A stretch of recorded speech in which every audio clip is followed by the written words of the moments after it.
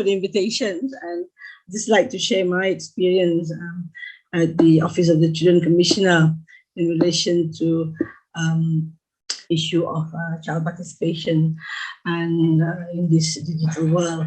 I think it's a blessing in disguise in some ways, because we first started our office in 2019 in September. My appointment was in August 2019, and by March 2020,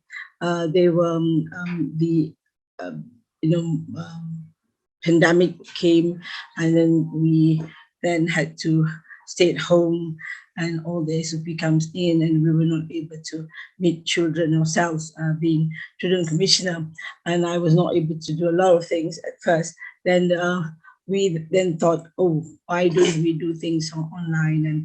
And this actually, really helps us to work with children. And now, I just want to recap in terms of child participation. As you know, this is one of the core areas, the four main areas of CRC. And of course, child participation, it is only logical that you come forward and to say on issues that they need to highlight and for their betterment. Yeah? Their involvement can be form of consultation at national, regional, and international level. Series of consultations will provide ways in which children can be more actively included in as a responsible citizen. In addition, children are experts of their everyday living environment, hence essentially able to analyze their problems and find solutions to it. Their participation should not be a single activity, but continuing process to uphold their rights to participation. Now, since we were set up in September 2019, then the Office of the Children Commissioner then set up Children Consultative Council of Malaysia. The establishment, but prior to that, before we actually established the CCC, what happened is that in Malaysia, we amended the Child Act 2001 in 2016. And we established, the Malaysian government actually established the National Council for Children, a council to be known as National Council for Children, which was established in 2016. And in the National Council, under Section 4, Subsection 2 are two representatives amongst the children who shall be appointed by Minister on recommendation of the Director General of Social Welfare. And apart from the two children, there are 5 more persons with appropriate experience, knowledge, expertise on matters relating to welfare and development of children, including any person qualified to advise on relevant indigenous, ethnic, cultural, and religious factor to be appointed by Minister. And in 2016, I was appointed, I was among the 5 that was appointed to the National Council for Children. And this National Council actually meet every 3 months, 3 times a year, 3 times a year, and whereby we were able to look at issues of children. It is chaired by the Minister herself, Minister Women, Family and Community Development. But in terms of the membership, it has representative from all ministry that have any connection or related issue towards children.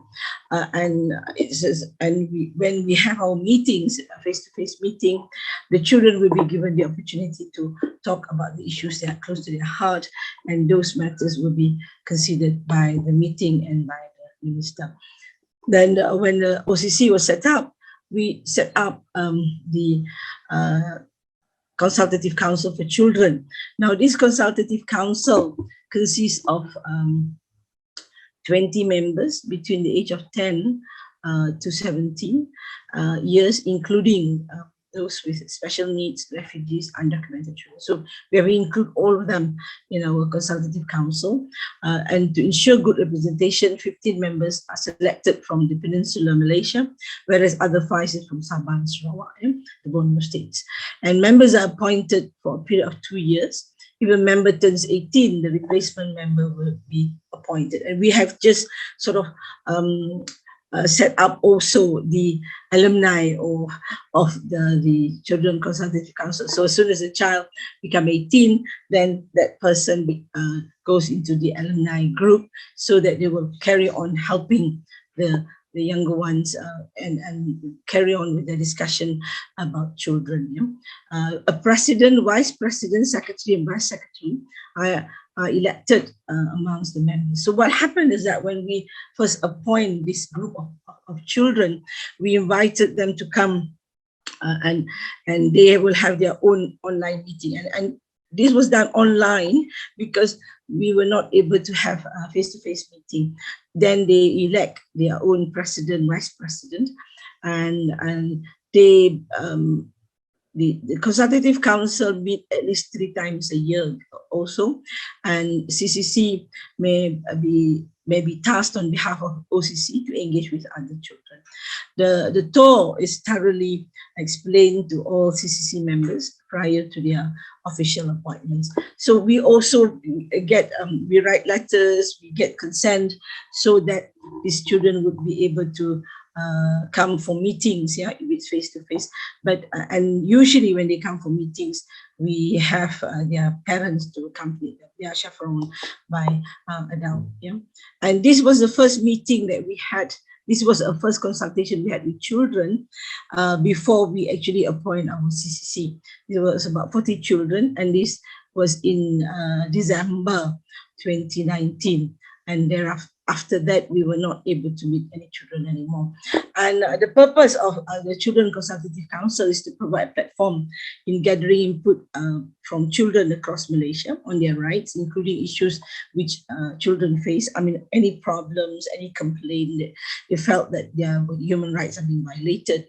To disseminate information on the role of OCC, Office of the Children Commissioner, to provide support to the Office of the Children Commissioner in assessing a wider network of children for purpose of consultation. Example, OCC's consultation with children in Sabah and Sarawak on mental health issues due to online learning in November 2020, to advance the views of children in respect of public policy and the best interests of children. And how are CCC's members elected? We organized a consultation, the one that you saw the photos, then 20 children were actually selected. We were not able to have an election as such, not yet, but we hope it will come to that in the end. Of course, the Malaysian government also have what they call the National for Children. It is National Consultative Council for Children. It is from district level, goes to state, and therefore 2 members. Then actually they will have a workshop, and then they will take matters to the National Council for Children's meeting. Now, consultation with children from Peninsular Malaysia was done on the 21st and 2nd February, and then consultation with CCC 21st September online, consultation with children from Sabah online, consultation from members of Sarawak online. Malaysia has 9.4 million children, and it is spread from the Peninsular Malaysia, Sabah and Sarawak. The first official consultation on the 21st September, which CCC was identified, they identified 3 key areas which they wish to tackle. Annually, CCC selects focus areas, and for 2021, their focus areas were statelessness, undocumented refugee children, children with special needs, indigenous children. OCC provides financial and technical support to CCC in advancing issues in this area. And CCC obtains parental consent. We actually write to the parents and before appointing CCC, and to ensure that parents of that OCC will safeguard the interests of these children, members of CCC. Communication is done in both Malay and English, and we also provide sign language help whenever we have meetings. OCC has also established, we have a WhatsApp group comprising of CCC members. We direct channel for members to communicate with OCC should the need arises. Now, example of what the CC's work been is a survey on online learning at home. This was their kind of first project. They wanted, because children had to study at home on using internet, so they CCC felt that this is something that very much affecting them, and they wanted to do an online survey. So the questions framed by CCC themselves, both in Malay and English, and this was sent online. It's a kind of like Google survey, and the survey received good response. Yeah, we through CC's work, the survey had gone like 7,332 children responses from the age of 7 years to 17 years. 8 to 10% for every age. Yeah? The respondents were also composed of children from different educational backgrounds. 75%, 75.9 children from public school, government schools, 9% from the alternative schools, 8.3 homeschool children, 1.2 are children in international schools, and 0.4 are from Tahfiz, these are religious schools, and 0.2 is from the madrasah. Madrasah is more like, it's not a formal school, but it's a religious school, but a very informal one. Survey found several key difficulties which children face on online learning. Yeah? And these are on issue of connectivities, 57.3% responded occasionally face connectivity issues, 20.5% responded experience the issue very often. I mean, sometimes they cannot even get connected. In terms of mental health, 34.3 respondents confessed that they found staying in front of computer to be tiresome. They're very tired. 32.9 said unmotivated or discouraged. 5.6% said they were suffering from mental depressions. Yeah? And effectiveness on online learning, 76.7 respondents preferred physical classroom, and 56.1 viewed online learning to be less effective. It is interesting that we managed to get this, and the questions framed as such that by these children, and it was received by the targeted group, and we were very pleased with the results of the survey. And the other thing is that when we wanted to do the survey, our Ministry of Education, actually, we always, my office has always write to them if there's any problem, any violation of human rights to them, which they hardly responded to.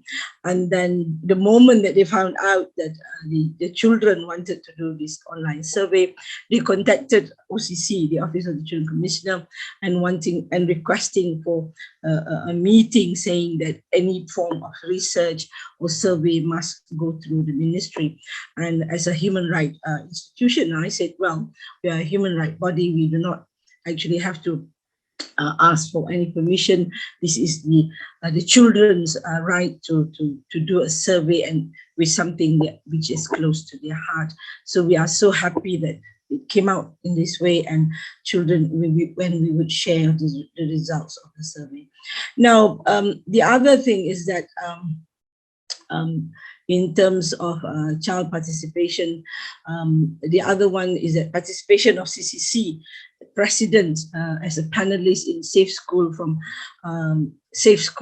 Forum organized by the Malaysian Youth Council on the 6th of June 2021.